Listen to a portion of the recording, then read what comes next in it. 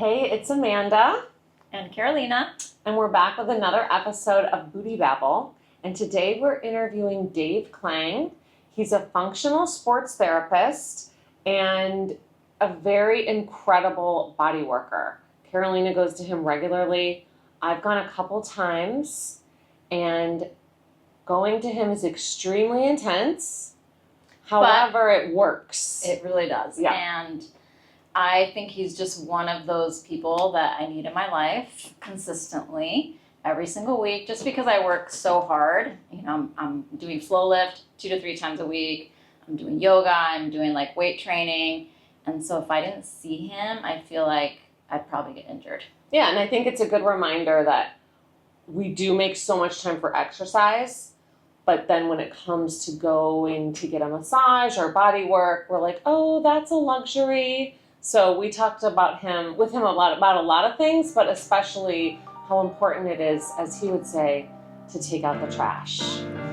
All right, guys, welcome. We're here with Dave Claing, and he is a sports functional therapist. Nicely done. Right? Good work. I get body work from him on the regular, and I honestly cannot live without him because he keeps me injury-free and happy and feeling good. So, first, we're just going to ask you, kind of like a little bit about yourself. How did you get into this sort of therapy? Why you do it? Just, give us a little intro. All right. So my name is Dave, as Carolina just said.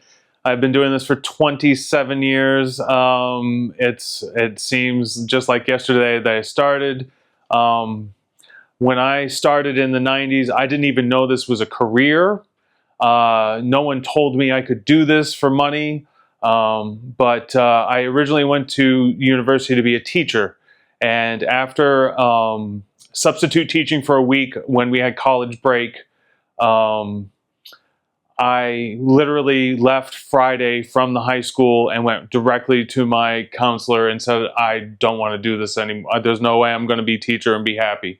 So she tried to talk me out of it because I had a semester left in college, and she's like, you're going to have to go to more school. And I said, I don't care. And then she since I was having a panic attack, she was like, well, it was a 2.5 hour meeting. And she goes, well, what do you like to do? And I said, I'm always in the athletic training room. I'm always in there. I played college soccer, but I took athletic training classes. The only thing I was ever good at in college was anatomy and physiology and kinesiology and stuff to do with functionality and how the body moves and reacts. And school never was good for me until then. So when we were just university students and just learning from the athletic trainer, I would always ask for the injuries that required some kind of massage, but I never knew what I was doing. We only had a peripheral athletic training. It wasn't like a massage school until one day this woman walked into our athletic training room, and she was waiting for her fiance to graduate college. I just happened to be a freshman with him. He was getting his master's. She had just graduated from sports therapy massage school, but she had never had any practical experience. She had only worked on her classmates and learned about what they should do. So while she was waiting for her fiance to graduate, she walked in and she said, can I just volunteer and hang out in the athletic training room? And since I was so interested in massage, the head athletic trainer said, Dave, you teach Brandy all the stuff as athletic trainers that we do. Brandy, you teach Dave all the stuff that massage therapy people do, and there you go. Wow. So for 3 months straight, we touched everybody. We touched athletes, administrators, coaches, parents that were visiting. She couldn't stay out of the athletic training room. I couldn't stop absorbing her information. So we both, in 3 months, it was insane what we did. So from there, I was graduating finally, because I had stayed a couple extra years to get all these other extra credits, because I had all these useless teacher credits now. And just so happens the head athletic trainer from our college became the head athletic trainer for USA Hockey. in Ann Arbor, Michigan. I was at the time dating a woman in Middlebury, Vermont. So I graduated college and went to Middlebury, Vermont. He went to Ann Arbor, Michigan. And I got a call one day, and this is just out of college and building your business. So I'm not rich. I'm still paying bills. But he asked me, he said, "Hey, Claing, we're doing a training camp for the World Junior Team in Lake Placid at the Olympic Training Center in Lake Placid, New York, which was an hour and 15 minutes directly west of where I was in Middlebury, Vermont." He goes, "I can't pay you. I can't put you up, but I think you should volunteer for the week. And who knows, but at least to be a valuable experience." So as broke as I was, I drove an hour and 15 minutes each way for the whole week, didn't get paid. At the end of the week, I was offered a job for a month traveling with the team. So this starts the ball rolling on where all this weird experience comes from, because traveling with I was just walking around the Olympic Training Center working with all these DNA freaks. And you learn on an exponential level how humans can be gifted in ways that you know why they're on TV, and you learn how to take care of said physical specimen. And you have all this, I mean, you're in the Olympic Training Center, you have all this, you have the best nutritionists, you have the best kinesiologists, you have the best strength and conditioning coaches, and they all want the best for the athletes. So the same goes for the training staff. Our standards were held that high. So I ended up traveling with them, going to Sweden with them. Again, you're just working on half of our team ended up in the NHL. Wow. So it's not like this is, these are talented athletes. So that led into an invitation, that same invitation the next following year with a pro NHL team. The same thing. They were doing a training camp at Lake Placid. They couldn't put me up. They couldn't pay me. But if I would volunteer and if I fit the mold and I was good, then I got hired after that, and I worked in New York for the professional hockey team, traveling to all these NHL cities, working on people. And this is where I think your hippie athletic trainer brain gets a little calloused when you start working on people on TV, because you understand that they don't treat them as humans anymore. Right. They pay them such a salary that you are now a business investment. So That's true. That's including their body. So that's what I was hired to do. Is they don't care.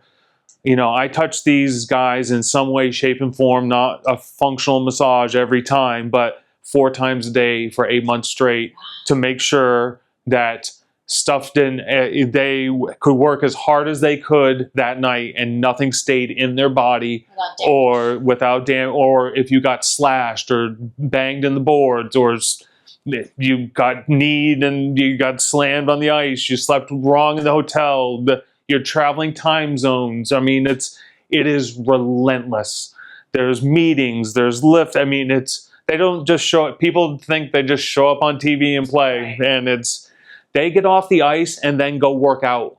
It's non-stop. So again, that was young Dave. I couldn't do what I do. I could not, at my age, with the mileage and my arthritis in my hands now, that I could not handle being it was 14, 16-hour days, and they're all so strong. It's just their legs and asses were so strong. It's just huge. I never knew guys needed tailored jeans, For sure. because their ass and hamstrings were so big. By the time they could get legs to fit around their legs, the waist was comical. Right. It was comical. So because they're so fit. They're so fit. So anyways, so it's just from that you kind of got like the style that you do today. That's what and now. Well, that's like a crash course. Oh my goodness! You want to talk about rather than going to massage school per se, it's a very interesting journey. Like to to learn what you know. Yes. And excuse me. Well, at one point I was talking to one of my college soccer teammates, and strange story, but we had such a good relationship, and I was so enamored about my job, about where I had come from, because I traveled. We had private planes. Right. The whole private planes are first class seats. The staff sat up front, the boys sat in the back. I never went to a private airport. I never went to a public airport. I just drove to a private airport, walked up in the back. Man, this was normal for, I got my own room on the road. Nice. And at the time, you stay at 5-star hotels all over the place. And at the time in the 90s or 2000, 99, 2000, the cell phones weren't really prevalent as well, as much as they are now. And if there was a phone in the bathroom, I would always call my buddy JR, and he would answer the phone at work, and I would go, he would say, "Hi, this is JR speaking," and I go, "Hey, JR," and I could hear him whisper, bend over, and he goes, "Claing, where are you now?" "I'm in Phoenix. You should see this bathroom. It's amazing. I just made like Gretzky, and you're privy. I could tell NHL stories from here on to the cows come home, and some I are. would love to do an NHL podcast. I can't. Yeah. Well. Yeah. So, anyways, it also makes me wonder. Like, in my opinion, hockey players are the toughest out of all athletes. I get asked that all More than football players? I get asked that all the time. It's a gnarly sport. Okay. But like, in your body work is. We'll use the word sensational. Like, it's not a lay down and relax type situation.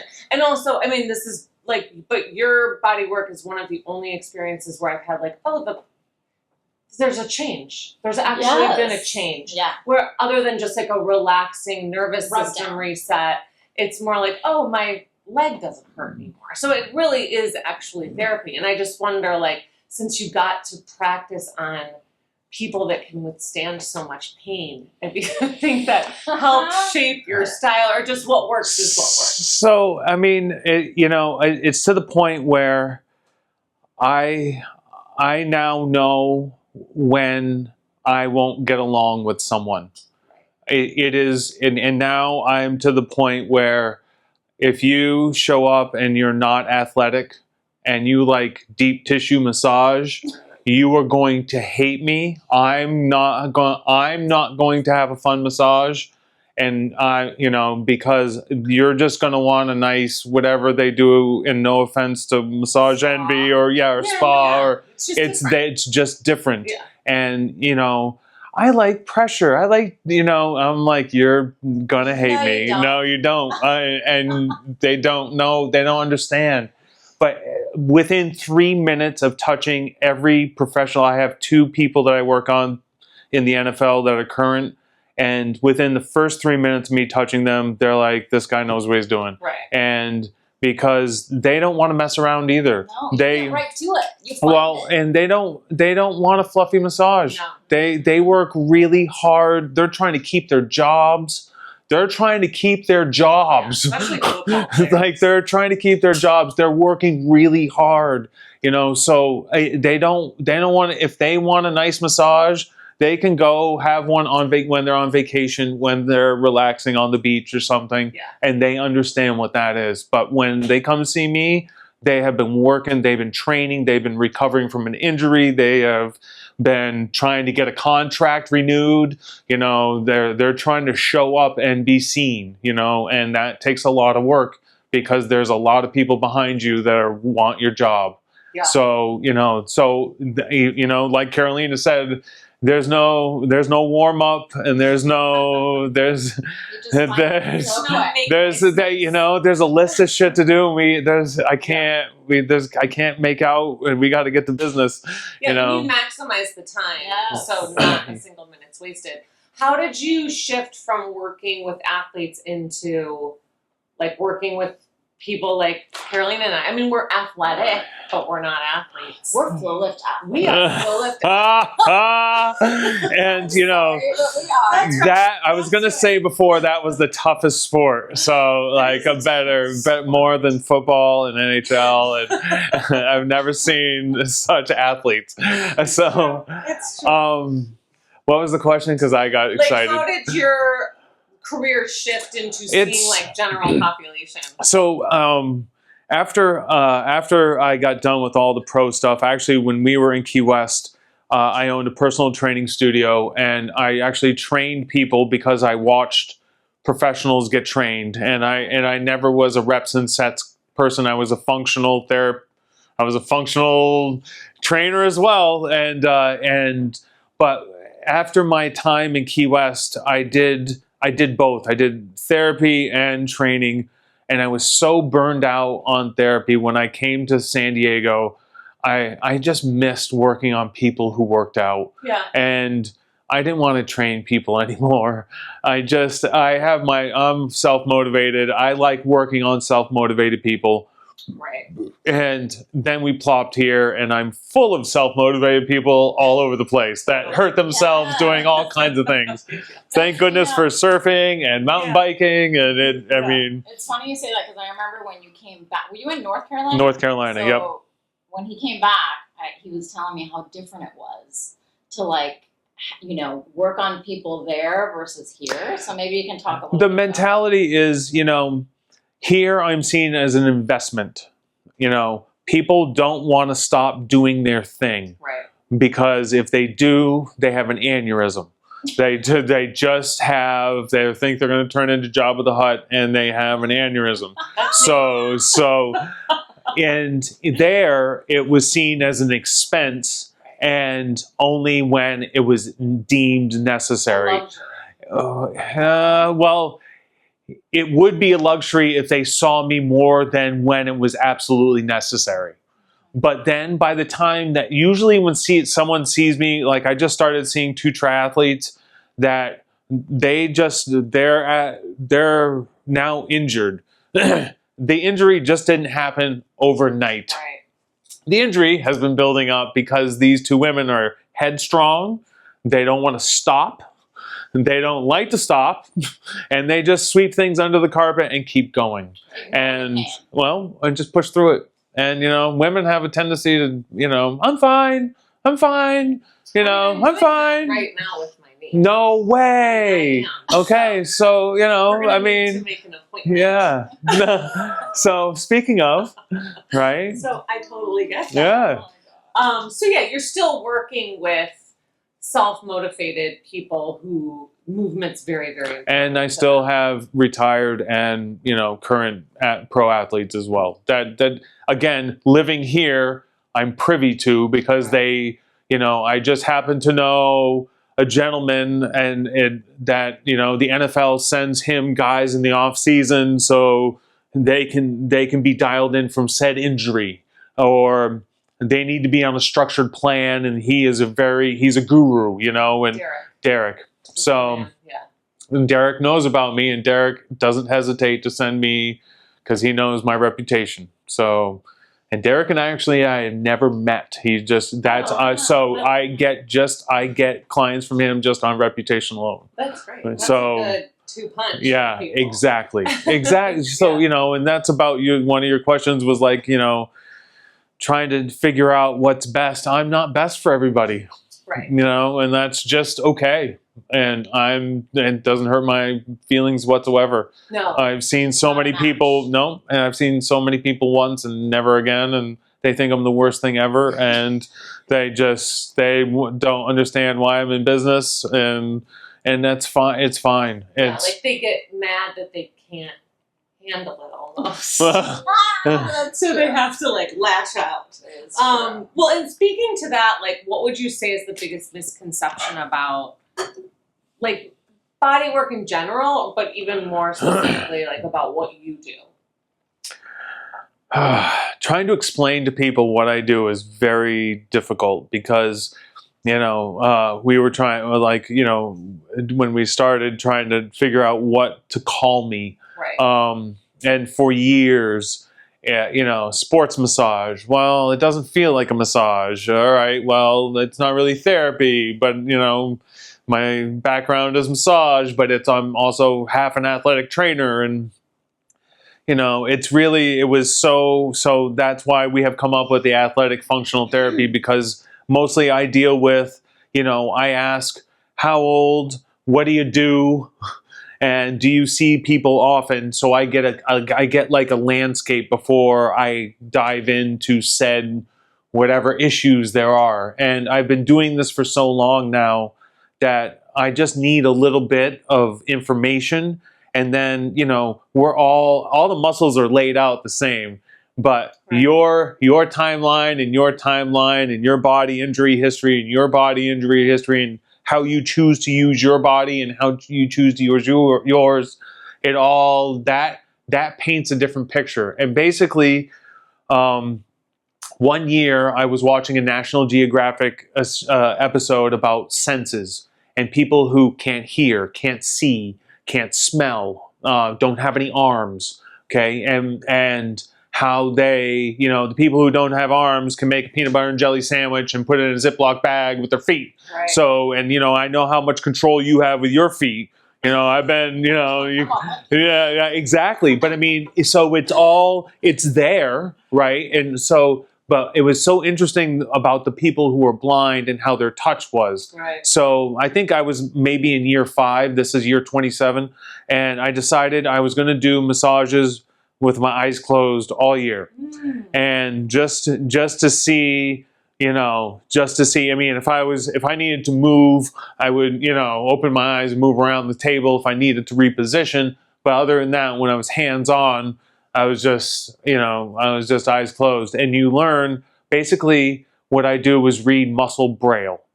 And that is how I figure out stuff. Then when I feel things in the braille, I try to move the thing and look at the lever and pulley, because said person told me they use their body this way, okay? So then I know what that movement is, so I'll do that movement, and it's literally the fulcrum of that movement, and I can figure out if the levers and pulleys and fulcrum going to that thing, what's holding on to it, is it full of stuff? Does it, does it have adhesions in it? Does it feel swollen with poo in it, or it just but it all but it's waste material, and minerals and nutrients create waste. Muscles need to feed. So, and again, my job with the pros was not just keeping them functionized, but not letting their hard work sit in there, and I don't want any of their hard work stored. Right. You know what I mean? So, and since they're so dense and strong, they can hide stuff in the attic and in the basement. They just have the room. They're so strong. So that's why a majority of my clients are big, strong dudes, because I know how to do it in a proper way. Find the crap that's in way, buried, and it's not easy tissue to get through. It's not. I mean, these are strong people. So the same thing goes with everyone. The flow lift experts in the room. It's no different. When she comes in, and I have no idea what she's been doing. And so that's it. I've never done the same massage in all the years, and and time flies by. There's so much to do. We work so hard, Right. So, again, moving back here, it reminded me, I just went back to North Carolina for a wedding, and everyone asked me how it was. And I just told them literally what I told you is everyone, and people aren't scared to come see me because they don't want to stop doing their exercise and whatever their thing is. It doesn't have to be a pro athlete. It's just I just started seeing, marathoners and triathletes, and, and the lady I saw last night she's a Marine, a pilot, a mom, and a badass triathlete, and, you know, but man, was she behind on taking care of herself. And, you know, and that's a lot of people. That's a lot of people. so it's stubbornness and type A headstrongness that it is. So, you know, and this is about education. I try to educate people about, you know, coming to see me as, you know, the question, I never know what to say, you know, how often should I come see you? I don't know your financial landscape. I don't know if you really need this, how much it helped. You know, I always tell people, if it helps and you need it, don't be afraid to use it. Right. And, you know, but don't, you know, please don't keep sweeping shit under the carpet and waiting. Right. You know, because it just, until you're injured. well, and then, you know, I try to remind people that, you know, your insides want to have a janitor come and clean stuff out. Everyone is happier when your house is clean. Okay, if you walked in and your house is clean and you weren't expecting it, your attitude changes. Yeah. So the same thing goes with the inside. If you use your team, you know, and no one ever comes to clean, and you keep asking your team to do stuff, you know, their working environment is just trash, and they're not as motivated, and then sometimes they start revolting. That's true too. I So think my team is a little. they're just neglected. they just want they want the maid to come. They just want the maid to come. The maid. You got it. I just clean things. That's it. Okay, I have a funny question. Bring it on. What's the weirdest thing anyone has ever done or said Okay. during a session? So I thought about this. All right. So once this lady, and I think this was this has got to be 20 years ago. It was in Key West, and she needed a break. From your therapist. She just needed a 10-second. She needed a breather. She just needed me to stop for like whatever. And usually I just space out and don't pay attention to you guys at all. And I usually pay attention to the drums that are playing in the background. And, you know, I do my own thing. I'm doing my hand thing and, you know, listening to these guys. And I came around at grandma, and I didn't understand where but she had been saying uncle for so long that she started going through other, like, she was like, yeah, brother, sister-in-law, grandpa, grandma. And I was like, what the hell is she talking about? But I didn't realize she had said uncle for so long. And then, so then I was laughing so hard, but I wasn't stopping, right? So then she followed it up by, she picks her head up, and you know the little face covering? Okay, she just, this is dirty, and rips it off and throws it across the room. And I stopped laughing. I was horrified. And in my head, I was like, oh, there's no way it's dirty. I put on clean sheets all the time. I was like, I was so horrified. And I was like, oh my God, it shouldn't be. I was like, I just brought in fresh laundry, and, you know, and I'm scurrying across I'll get you a fresh one. I'm so sorry. And she just starts laughing. She was just messing with you? Yeah, she goes, I needed you to take a break. And she goes, I couldn't think anywhere else a way to stop you. I want to be friends with you. I was like, and she stopped me in my tracks, and I was like, you kidding me? And she's like, it doesn't smell dirty. I was like, oh my God. Really got my yeah, she's like, I just need you to stop. So those are the two funniest stopping stories that have like, it's the most ingenious ones and the most funniest ones, because other than that, I wish I don't have the mental capacity to keep track of all the rest of all the funny things. So many good funny things. Do you ever get like sick of touching people? Oh yeah. And you need, like, how do you manage like your need for You're talking space to and I'm a boundaries? classic introvert. I'm really good in my room, but I really don't like people.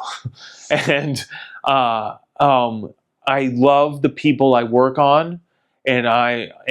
when my wife will attest to, when I get home after a day, and I mean, I love what I do. I absolutely love what I do. And I love being challenged, and I love feeling the way I do. But when I get home, I'm usually I need a minute to myself. And there are days after, when I get on vacation that I can't wait not to touch anybody. Right.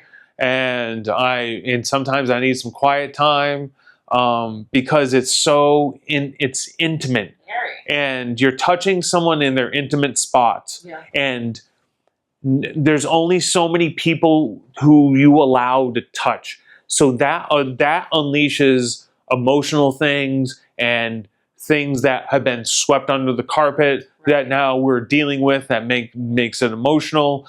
So and I'm a very emotional dude too, which helps me be a good therapist. But it is, for me, it's intense, and I want to be good at my job. So it is all about whoever's in there. It's all about them, and I remind them it's all about them, because they're usually forgetting to think about them. Yeah. And putting others ahead and not taking care of themselves. So I remind them to that, hey, we're here, and I'm useless, and we're going to talk about you, and I'm going to help you think about you, and I'm going to make you think about you. And people have trouble thinking about other stuff, and it helps them focus on them, which helps therapy, because then it helps then you're getting into, the stuff that, being a mom, being a wife, being a career, having friends, dealing with parents aging, whatever. Yeah. My favorite one is women are much better at dealing with their emotional pain and telling me about it. I love the dudes who come in and that run a company, have a family, have a kid. They're really into their sports, and the neck and shoulder pain is still from a high school football injury. And I'm like, dude, you have 200 people under you and a wife and kids. I'm like, you don't think it's come stress? No, I think it's from high school. I was wrestling with my brother and I fell out of a tree. And I was like, no, you didn't. I was like, you're dealing with HR shit right now. And, you're trying to acquire a company and blah, blah, blah, blah, blah. I'm like, you got a lot going on, so it's fun. It's fun. You got to remind them to look at themselves, because I deal with very successful people in their lives, but they usually forget to think about them. And they're really good about keeping the Venn diagram inner circle good, but they're really bad about keeping the middle good. And What do you think about, as yoga teachers for a long time, there's a lot of reference to somatic stuff, which I think, but a lot of times I think the person doesn't really know what they're talking about. Oh, your emotions are in your hips. Just sort of classic lines that people throw out.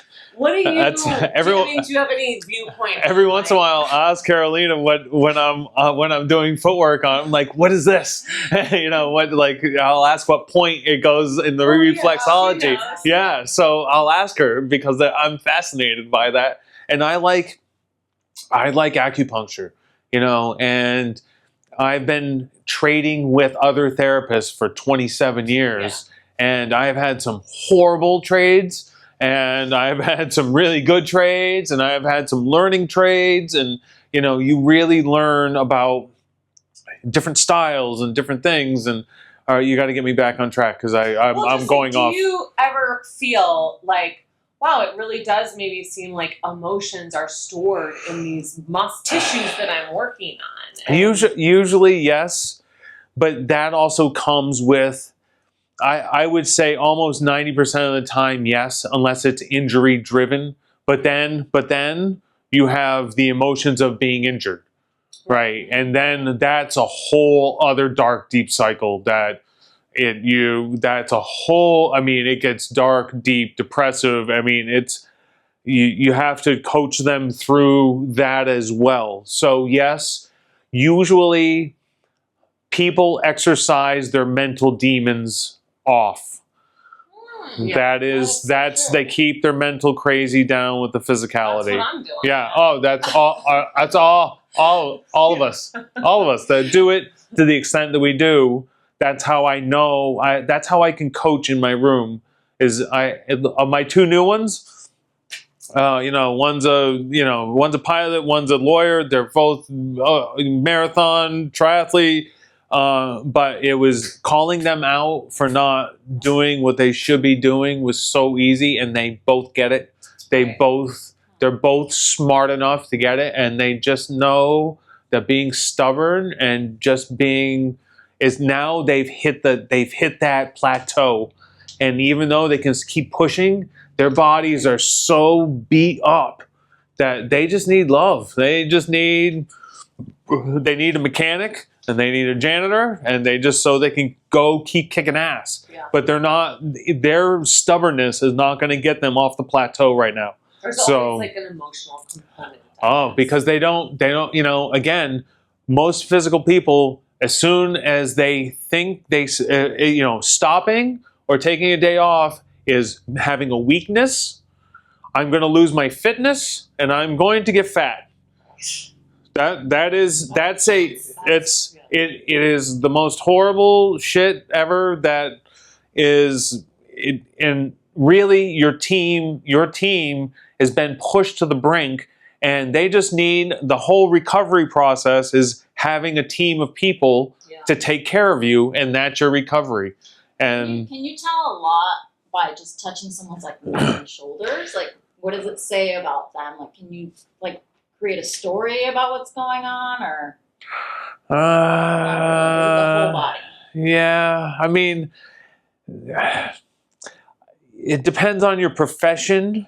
I could probably, if you gave me a body and you didn't tell me anything, and you gave me an hour just to like roam around, I could probably come close to what they do. Interesting. That's cool. Just because there's repetition, like all the doctors that I feel, the dentists, they all lean, and you need to develop a certain set of muscles to achieve those, to be a successful dentist, and to do the hours that you need to do, you have to develop these muscles, but they come with a price. So, the neck problems, the arm problems, back in the day, there was only so many people are, old enough to understand microfiche. Yeah. Okay. But I had a librarian, transferring, microfiche to like CDs or something. This is back in the 90s. And she was doing it all with the mouse, and the amount of stress just from the mouse work, just from holding a mouse. So It's just that repetition. Oh, just holding the elbow up in the air for hours and hours and hours. So we decided that she should start. There's the same set of muscles on her left, and she said the first day she was like this because her left was so untrained. But by the time we started switching, she just came in for regular massages. It was amazing, the stress that was gone. Like she still was balancing that. She was still. It was still being used, right. but it was not. Balance. Oh my God! It was just like this rock. I was like, what is going on here? So, anyways. That's what 6 or 7 hours of sitting at a desk. Yeah, I know, huh? For those flashback, exactly, flashback. So is what you do, like, could we call some of what you do deep tissue massage? Sure, if you wanted to. Yeah, and like, can you, like, we're 12 years old. Can you talk a little bit about that? And like, I feel like the word fascia is like so big. In vogue. Yeah, it's very in vogue. So everyone wants to break down massage. And massage is basically helping blood flow. And when you get into specifics, the fascia things, then the cupping, the stuff that deals with that, then you're just becoming specific. The reflexology, the rolfing, those are very I have, they're very educated about what they do. There's a goal, there's a thing. But basically, we all have the same goal of trying to increase whatever is bugging anyone. What I try to tell everyone is, the 12-year-old, I'm just trying to help. Trying to answer the 12-year-old question. Maybe it could be just like in a simple way. Like, what I said about reading muscle braille. In my world, I can tell when someone works on me if they're reading my muscles. And I can tell if I'm just getting regular massage. Like just go into the usual suspects. Yes, I just, so I know that what I do, again, I'm trying to read what's inside the muscle. When you go to a spa massage, they're not as focused on that. They're either making your fascia feel good, or they're helping the blood flow, at the most minimal effect. Surface. That's a great perfect word. Which to me feels like your skin is just being moved around. But most of my clients get massages. They get massages on vacation. I have many clients that have regular massages with normal people just to feel good, just so they can, they can chill out and feel good, And that's I encourage all of it, and I tell everyone to try as many therapists as possible because I may not be the thing for that person, or that time. You know what I mean?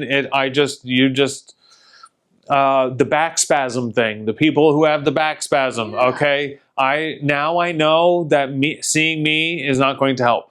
Acupuncture helps more than I do. And actually, sad to say, but your drugs are actually, this is one time that, you don't need to take them for long, but it is that bad that massage is not going to help you. No, and when you're like in an acute sort well, there's sometimes that's good, but and this time it is not. So, and I've just learned the hard way. And as much as I want to help, and and that pains me not even to be able to help, but I'm like, let's not waste time and money here because it's, I just don't. Come back in a month. Or just let's get you somewhere else, or so yeah.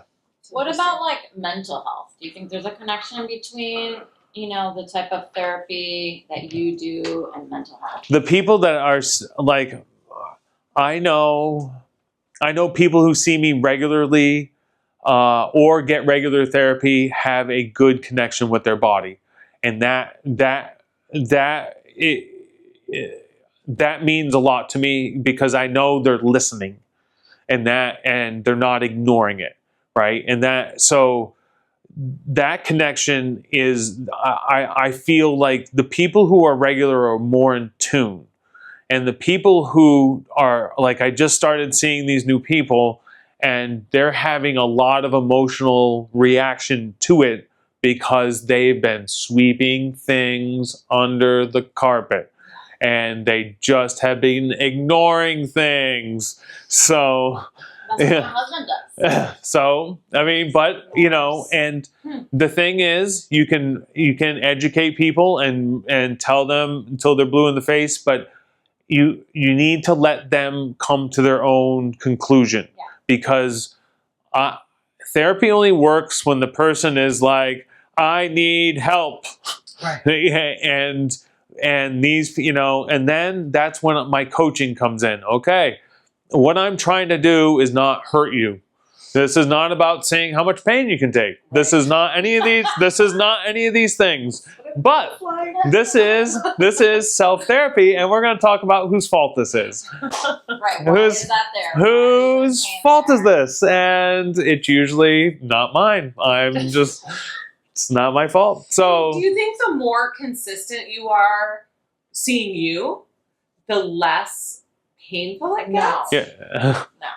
We have an answer. So, okay, so this is I'm sorry to brand you as painful. no. So this is the dichotomy that works. Okay, this is the dichotomy that works. So these people I just start seeing what the difference between Caroline, who comes in regularly, and these two people who I started seeing is that Carolina is now, she is not what I call, she's not storing or hoarding stuff. Okay. Congratulations. Okay. So that is completely opposite of these two other people who I just started. They told me there's a leak in the bathroom, in the upstairs bathroom, and I open the door and I can't even find the stairway upstairs. It's that kind of house. And it's no matter what I do helps, but I am nowhere near the bathroom leak yet. It is, right? So, but the problem is, when you're Carolina and come in normally and regularly, that you usually feel better and you do more. Right. So, and that's the whole thing. And I already warned these two ladies. I already warned them. I go, because they're so far behind that as you start feeling better, I feel better. I could do more. Right. You know, and where did you get in trouble? Doing more. So as long as, so it takes, I said, you know, you've said it before, the journey. It's a journey of trying to catch them up, you know, so the insides are good, but as you catch them up and get them feeling better, they get excited and start doing their stuff more because they get excited. Oh my God, I haven't felt like this in a while. You know, I can do it more longer. You know, and so therefore there's more stuff coming, you know. Right. So it is like, so eventually, you know, you start, so I will get to that leak and I will clean out the attics and I will clean out all the basement and we will be on a path, if they're regular enough, on a path of just dealing with their physical madness on a regular basis. Everyone should be dealing with their physical madness on a regular basis. It helps with the mental madness, right? It's the balance. We should call this podcast. Well, it's the physical madness balance the mental madness. Yeah, and if you don't see the connection between the physical and mental madness, like it's an opportunity to find that connection. Well, and that's it, and you know, it's the thing about the people inside our brains are chattery. And when we're exercising, they all calm down, or no one can get to us, right. Or it's that, and it balances. And if we don't go to that place, it's that little mental aneurysms, and we get edgy, and people start getting, you know, even you get touchy. You didn't breathe and sweat. You didn't take your sweaty shower where you feel good, and you get, you know, you get your towel off after a sweaty, good athletic shower, and it's just the best thing ever. So, but when you don't get that and go through that routine, it starts messing with your head. So it's the balance of how intense people are in their regular lives and how they balance it out with their physical lives. Yeah. That's cool. You are a therapist. You are. and so for people who can't afford it on a regular basis, because, you know, it costs money, what do you think there are some things they could do? Okay, so, you know, there are a myriad of physical tools out there to help us. Usually, said athletes that I work on have a drawer or a room full of things that they either use or purchased and don't use anymore that were a fad, blah, blah, blah, blah, blah, blah, blah. So nothing is foolproof, but everything helps. So if you have a foam roller, if you have a massage gun, if you have compression legs, if you have a stim machine, if you have a hot tub, if you have a cold plunge, some people have a sauna, some people have an infrared machine. Is the stim machine the pulsing? Yes, the electrical stim, yep. TENS unit, yep. So, you know, and all of these, the rolling sticks, the balls for plantar fasciitis, the toe spreaders, you know, yoga toes, it's all of these things add up into goodness. You just need to use them periodically, sporadically, every once in a while. You know, if you're not going to see a therapist, Right. then do the other things. It's, you know, they're out there, and as long as you use them, a massage gun, yeah, it might be expensive, but you can it lasts years, Right. years. The foam rollers, you know, my wife and I, we've sent them everywhere, to my mother-in-law's place. They're, you know, they're one upstairs, there's one downstairs. It's, you know, or we have compression legs. She has every little stick thing she had plantar fasciitis 1 year, so she has all kinds of, you know, balls that are smooth, spiky. Yeah. I mean, it's, you know, you got to have all the things. So There's a lot of things. there is. So as long as you utilize them, Yeah. you know, that's the thing, you know, So and it's, consistently. yeah. Or do you think there's any like red flags? Like you said, someone in back spasm, take a muscle relaxer. Yeah, go see an acupuncturist, Is there yeah. any other like red flag? Maybe like don't get a massage thing. Yeah, you know, when things are hanging or they look broken, yeah, well, I mean, but people, you know, it's amazing how people will self-diagnose, Right. and Google it. or it's not as bad as it looks. Right. Oh, it's just it doesn't look broken, does it? I'm like, I'm not touching that. You need to go X-ray that, and you know, 911, please. yeah. So, and you know, you want clear. I always ask, you know, did your orthopedic surgeon say it was okay? Right. Right. Because I want smarter people than me. You know, as soon as I get the green light, I'm good. Yeah. You know, but there are times when you see a fresh injury and you're like, can we just get some information first before I know you want to get going on this, but Right. let's just get some info. We might need a cast. Yeah, or whatever. Just some information. We just need some information. Funny it is. So you're always taking care of others. How do you take care of yourself? Like, what's your wellness routine? Well, unfortunately, I love massage, but I'm looking for one now. My personal massage therapist just passed away, so I know it was unfortunate because it's hard to find a massage therapist. There's no one. So I looked. I tried. I hear that a lot. What do you like? What kind of work do you like? Same as me. He does. This person could do what you did? Yeah, to a degree, yeah, yeah. Oh, that's hard to find. Yeah. I feel bad for you. Yeah, it is. But I love acupuncture. I found, and I've been using her as a substitute. I've been leaning on her. I love a good chiropractic. I finally found a chiropractic person that I've been looking for 18 years, trying to find someone who can listen and has the qualities. And I mean, it's just hard. It's hard to find people who fit, you know, your needs. Yeah. And I take care of myself. You know, the good thing about this job is I have been dealing with, when I was young, in my mid-20s when I started, I had 40, 50, and 60-year-old people telling me what it was like to be 40, 50, and 60, or to turn those ages. And I remember very specifically in the back of my head thinking, I'll never be like that. Arthritis. I'll never have arthritis. And it takes them a while to warm up? What? You know, like, what's this? It takes them a while to recover?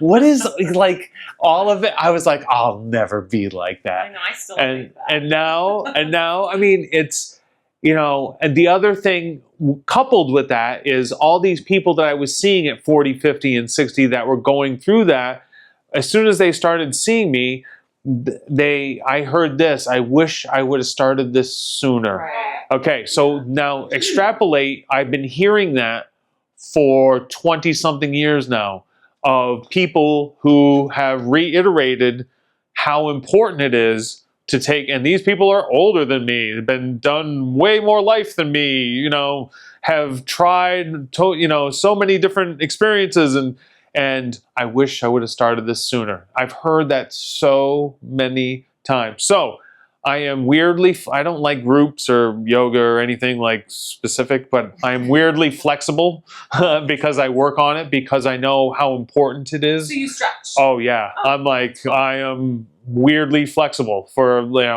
everyone that either stretches me, or when I go to a doctor's office and I go touch your toes and I palm the floor and they're like, holy crap. Wow. So I mean, it's just, but again, I've been reminded for many years to just keep at it, and so I'm diligent about using the foam roller, using the massage gun. I was just in the compression legs. It's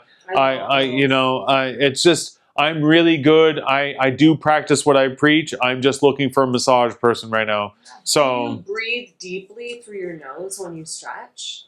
when I stretch, yeah, I'm pretty good at So relaxing. you do yoga.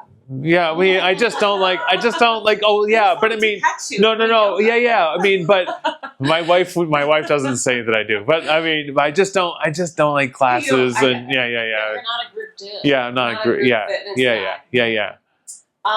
So if you could give everyone like one piece of advice about taking care of their body, what would it be? Do something. Doesn't matter what it is. Just, if you're not going to do something yourself, then hire someone to do it, and just take responsibility, because you are, trust me, I don't care how you think, oh, I don't hurt, this doesn't, one of my favorite things. Hi, what are we doing today? I don't know. Everything seems to feel good. Oh, really? I never have that answer. Oh, That is a good time to go though. Like it's not like, look, I'm gonna come But because he's of my saying he knee. finds it. oh, it's But I should have there. already been coming. Oh, well. You maybe would have found this before the knee started hurting. Yeah, or it would have never hurt. That's right. There That's you what I'm go. saying. Yeah, I should have been going. I'm scared. What do you want people to walk away from this conversation understanding about what you do? Or the importance of it, I guess. Just that it's, this is about your journey that I'm helping you on. And I don't do well. I really don't do well with people who aren't on their own journey and they want to come use me just for a massage. I like the motivated people who are on their own. I want to travel. When I'm traveling, I want to be active. And when I'm active, I'm happy. And I want to make sure I'm hiking and I'm, walking through the vineyards or whatever, it is, say it again because I go off what on. do you want them to know about, what you do? Like why is it important?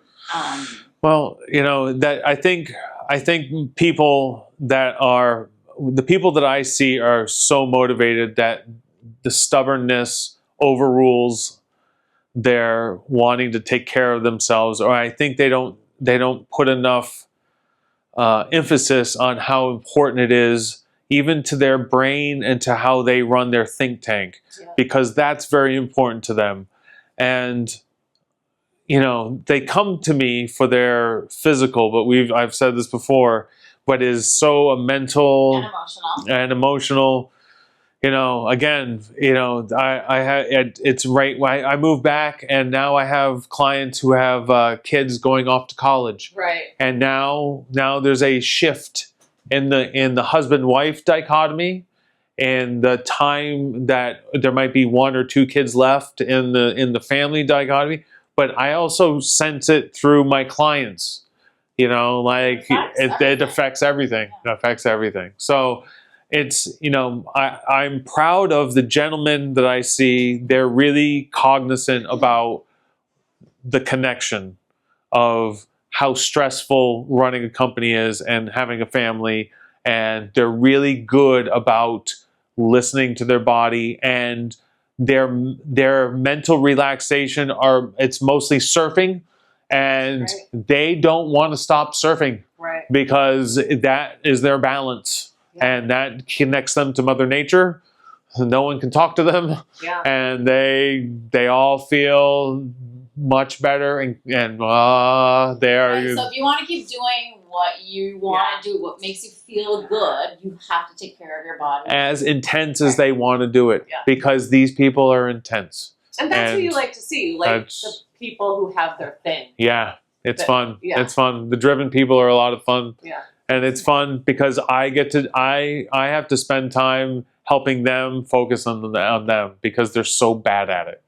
Right. It's their worst skill set. I have so many other good skill sets, but their skill set, I'm focusing on them. So that's what I really, the ones that want to invest into that, I'm really, that's what I like to help. And that's really what I like to help do and facilitate, reciprocate, basically, Facilitate.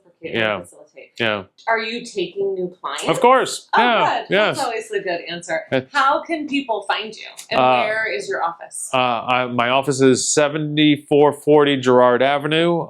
Easy. Yep. Right between Osteo Strong and the Karate Place. There's Across the street from the old Panic. Oh, by Yeah. Gillespie. Okay. Yes. Oh, nice. Yes. Great. What was the other question? Sorry. And you are taking new clients. Yes. And how do people find you? Find me. Usually just word of mouth. Okay. And phone number and. Lucky you Drop don't have us to do an email. Instagram. Yeah. No, I don't do Instagram. Congratulations. I don't do it. I'm such a dinosaur. I'm sorry. I don't have Well, this. I don't do a Facebook or an give people your Instagram. email. Yeah, email is good. Okay. Email, texting is fine. Yeah, Nice. I'm a dinosaur in that world. That's great. All right. Well, thank you so Thank much. you. Thank you guys for this talk. This has For sure. been very informative, and this is awesome. Thank you for having me. Thank And you. I hope to. We're making an appointment right now. Okay, that sounds wonderful. I appreciate your time. Thank you, ladies. Thank I you. appreciate it. Appreciate your time. Okay, well, I'm so excited we did that podcast. I know the importance of this type of work that Dave does, and I'm so glad that we can share it with you guys because it's one of the things that I, like I said earlier, cannot live without. And now I'm going to go. How much do you go? I go like once every other week or once every 3 weeks. Okay, that's what I'm thinking. Yeah. Once a month at least. Yes, exactly. This is necessary for anyone who exercises and loves to do the things they love to do. We need to make time for stuff like this. So thank you to Dave, and thanks for your idea. Oh, and thanks for listening, you guys. Thank you. See you next time.